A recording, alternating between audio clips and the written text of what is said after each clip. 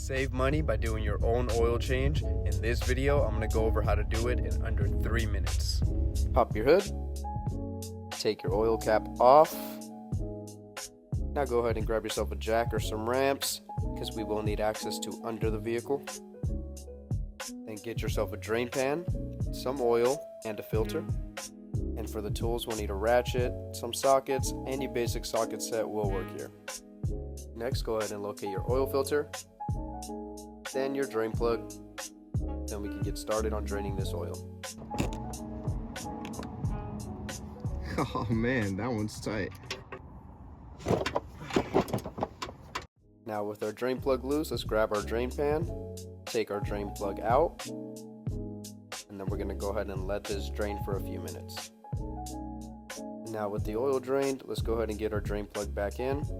Tighten it down, just snug it down. Doesn't need to be too tight, but don't leave it loose either. There we go.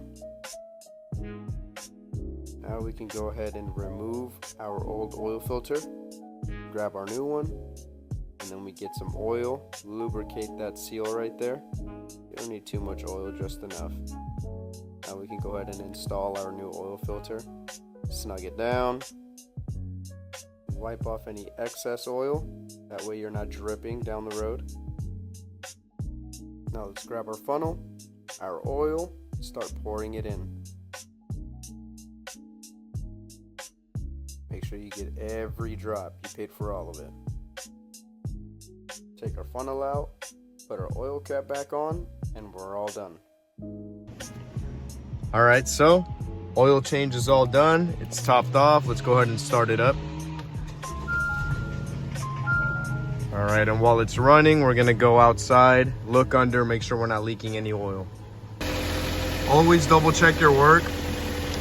It's good to just take a look under, make sure you're not leaking anything, because if you're driving down the road and you realize you've leaked oil, that's going to be a bad day.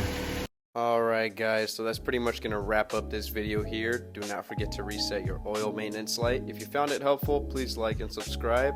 Thank you guys for watching, and have a great day.